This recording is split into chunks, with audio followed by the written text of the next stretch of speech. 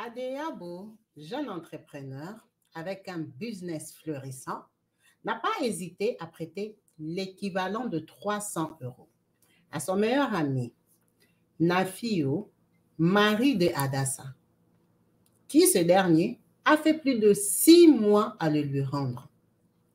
Après s'être rendu à son domicile pour récupérer ses 300 euros, à sa grosse surprise, Adassa a informé à son mari, Nafio, que Adeyabo lui faisait des avances, voulait abuser d'elle pour l'équivalent des 300 euros que son mari lui devait. Le couple prend la décision radicale de lui ôter la vie.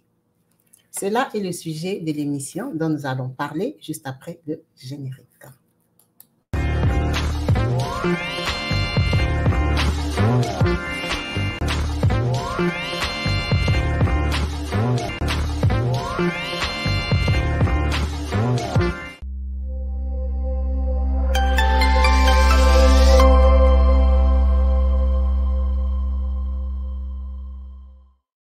Bonjour et bienvenue sur ma chaîne YouTube Kabibi Loba.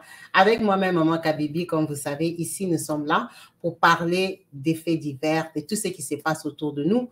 On commence dans le respect, on échange, on argumente. Aujourd'hui, je viens avec une triste histoire qui m'a vraiment surprise parce que, en fait, on n'est pas sûr de la vraie version. Mais ce qui est sûr, il y a eu mort.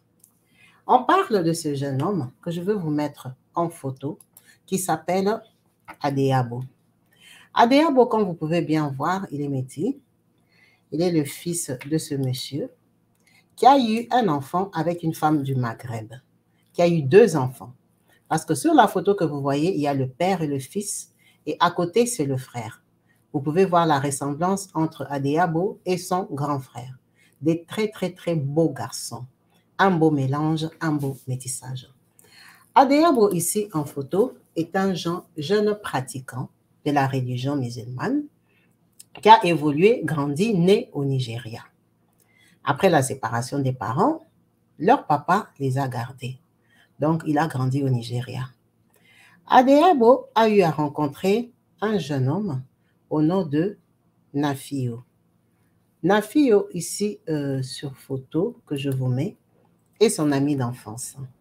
Vous pouvez bien voir qu'ils ont à peu près le même âge. Dans ses bras, Nafio tient une très très jolie fille qui est son épouse. Il a rencontré Adassa, il a fait des avances, ça s'est bien passé, ils se sont mariés. Avec Adassa, ils n'ont pas eu d'enfants parce qu'ils sont encore très jeunes, jeunes couples.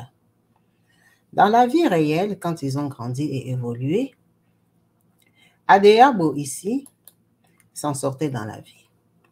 Il a commencé à faire des business. Dans l'amitié, quand on est très jeune, comme vous pouvez voir ces 2 garçons, on raconte tout. Eh mon cher, moi j'ai commencé des business peut-être de vente des pierres précieuses. Ça se passe bien. J'avais commencé avec 1000 euros. Tu sais que maintenant je suis à 3200. Maintenant, je vais prendre mon logement. Maintenant, je vais acheter ma voiture. Maintenant, j'ai acheté une belle montre de 500 euros. Maintenant, tu vois, moi je m'habille bien. Maintenant, tu vois, moi, j'ai évolué dans la vie. Maintenant, tu vois, moi, ma vie a changé. C'est comme ça qu'ils ont évolué dans leur relation. Ils se disaient un peu tout. Ils se racontaient un peu tout. Et lui, Nafio, de son côté, il lui a raconté, mon cher, moi, j'ai rencontré l'amour. J'ai rencontré cette belle fille ici, Adassa. Adassa, regarde comment elle est belle. Regarde son visage. Une fille comme Adassa m'a accepté.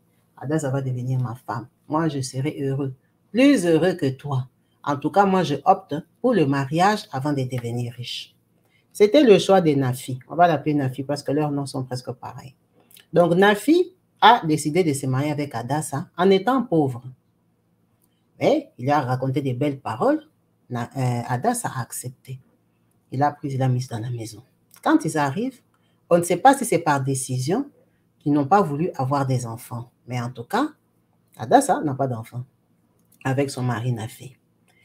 Nafi, l'entretien d'une femme comme Adassa, que vous pouvez voir en vidéo ici, ça coûte cher. Ça, c'est Adassa nature quand elle va à la mosquée. Et là, c'est Adassa quand elle veut sortir. Vous voyez comment elle est belle, elle se maquille, elle est mignonne. Vraiment, c'est une femme très désirable. Donc, il fallait maintenir Adassa. Nafi ne s'en sortait pas. Il a cherché un bel appartement. Vous pouvez voir devant sa porte. Vous voyez que c'est une porte de qualité. Comme on dit, il vivait dans une concession. Il a tout fait pour mettre sa femme à l'aise, mais les business, les affaires ne tenaient pas. Il a donc sollicité l'aide de son ami Adéabo. Il est allé voir Adéabo en lui disant que Adé, s'il te plaît, est-ce que tu peux me prêter 300 € pour payer le loyer? Je vais tellement mal que je n'ai même pas l'argent pour le loyer. Adéabo, en sachant que son ami n'a pas un bon boulot stable, il lui a donné les 300 €. Mais Adéabo, c'est le genre de garçon qui se vante. Adéabo, quand il se vante devant Nafi, son ami, Adassa, parfois, elle est là. Donc, Adassa, elle entend tout ce que Adéabo raconte à Nafi. Alors, de ce point-là, on ne sait pas si c'est Adassa ici en photo qui a sollicité Adéabo. Ce qui est sûr est que Adéabo ici en photo et Adassa que je vous ai mis en photo, qui est la femme de son ami Nafi, ont eu une aventure. Alors, là, il n'y a pas de précision si c'est Adéabo qui avait commencé ou c'est Adassa qui avait commencé. Mais ce qui est sûr, ils ont eu une aventure amoureuse. Il a abusé de la femme de son ami. Adassa a pris ça au sérieux. Adassa a voulu s'accrocher. Adassa, c'est une jolie fille. Adassa a commencé à le chercher en cachette pour récupérer des petits 50 €, des 100 balles. Est-ce qu'on lui donnait? Sûrement oui, parce que Adassa a très mal réagi quand Adéabo ici en photo a rencontré cette fille ici, Fatou. Il a rencontré Fatou, qui est une femme de la communauté. Vous pouvez bien voir que Fatou, elle est voilée. Ils sont à la mosquée. Là, ils ont même voyagé, ils se sont déplacés. Donc, il a rencontré l'amour. C'est normal, il est jeune. Vous pouvez le voir en photo, comment il présente. Il est très impressionnant, très imposant. Un bel homme qui commence la vie. En tout cas, ça promet du lourd.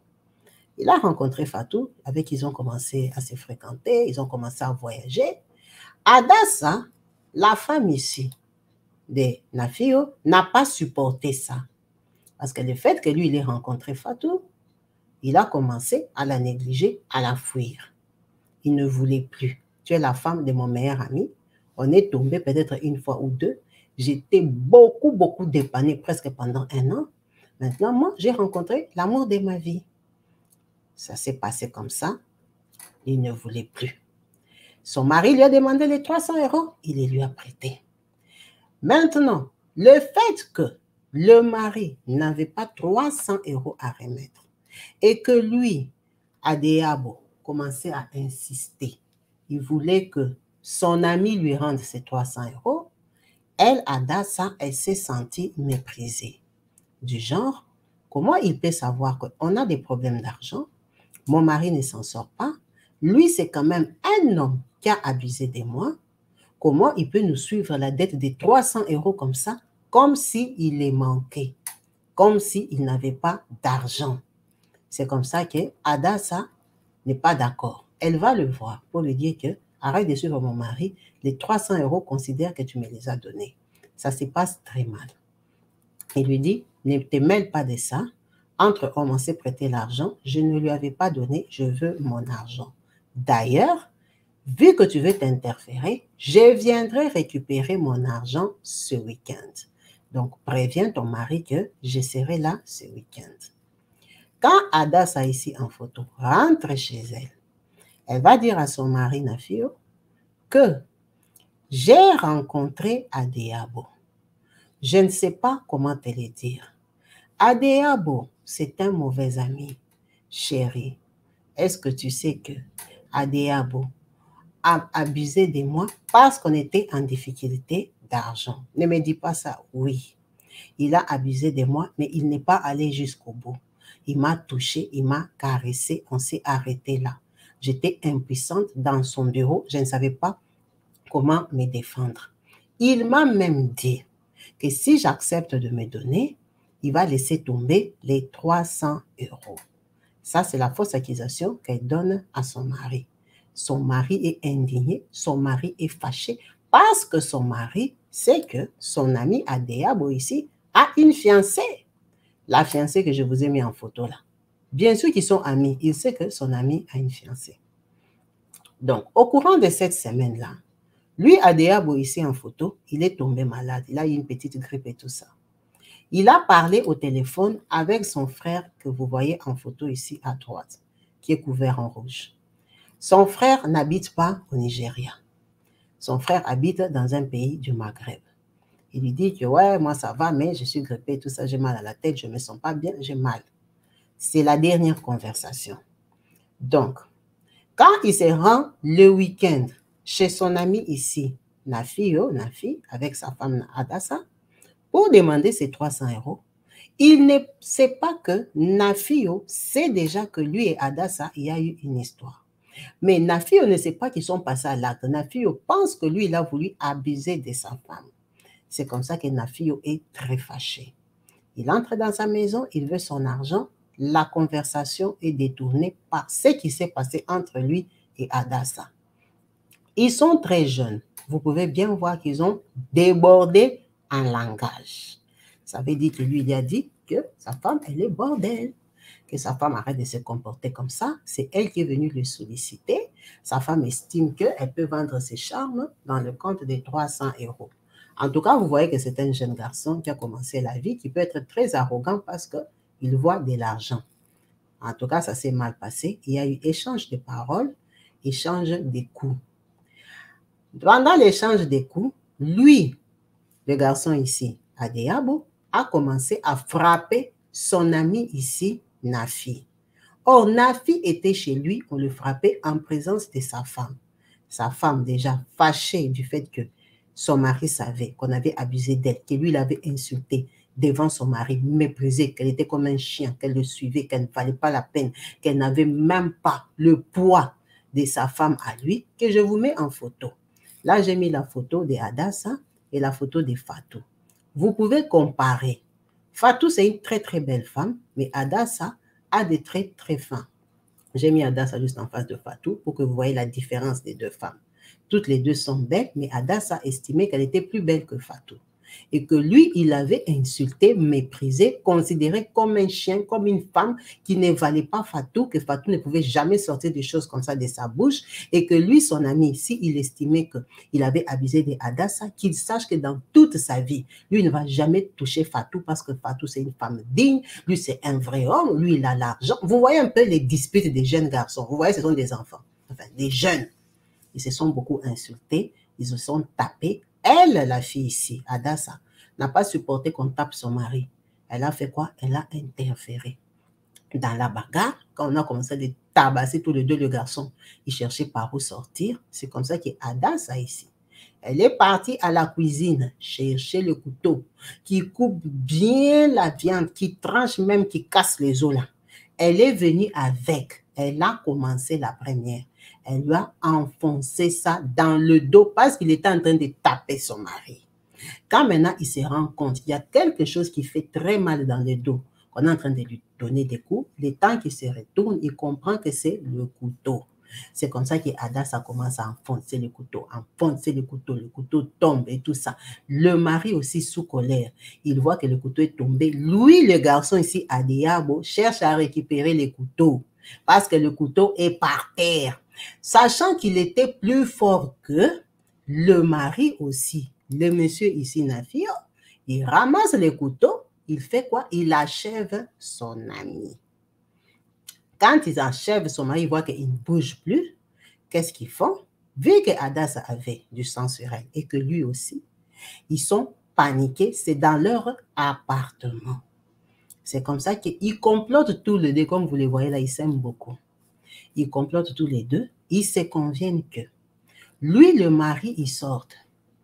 Il fait comme s'il vient de rentrer et qu'il a trouvé la voiture de son ami ici, Adéabo.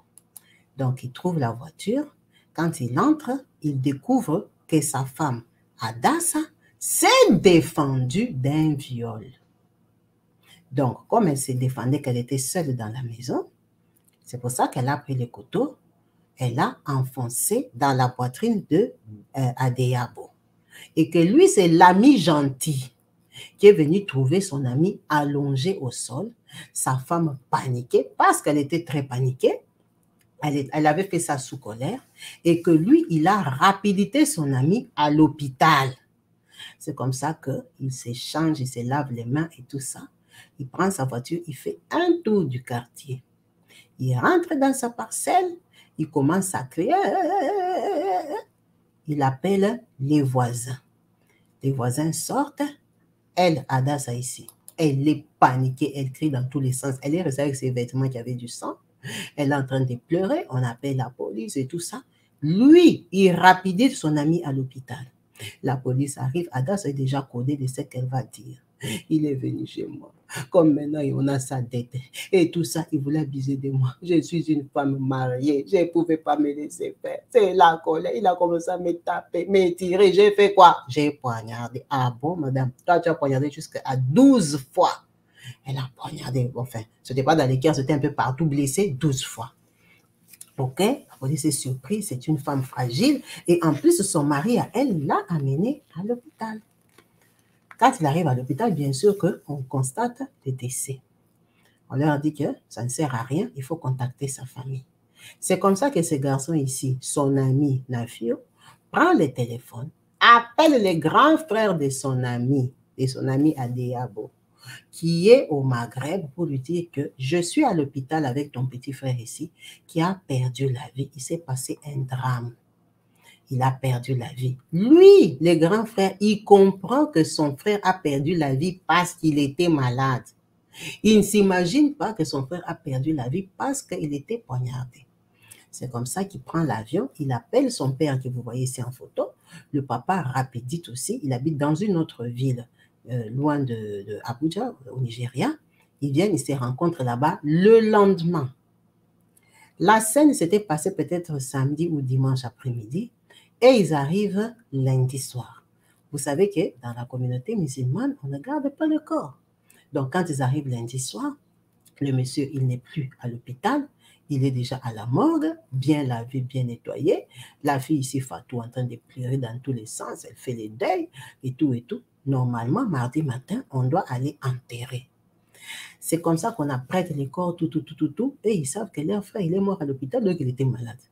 Donc, quand maintenant ils veulent partir, tellement ils sont émotionnés, ils sont en train de pleurer, le frère ici a une intuition d'ouvrir quand même, regarder le corps de son frère. Ce n'est pas le papa qui voulait voir, parce que le corps était apprêté. Il dit, il veut regarder le corps de son frère et tout ça. C'est quand il regarde le corps de son frère qu'il voit qu'il y a des trous, que le frère a été attaqué, quoi. Il ne comprend pas. Il demande au médecin, mais ça, c'est quoi? Non, parce que là, c'est à la mort. Il veut maintenant, il demande au morgue. Le morgue dit que je ne sais pas. Il faut aller demander à l'hôpital. Il part à l'hôpital pour qu'on lui dise exactement il est décédé de quoi. À l'hôpital, on dit qu'il n'était pas interné ici.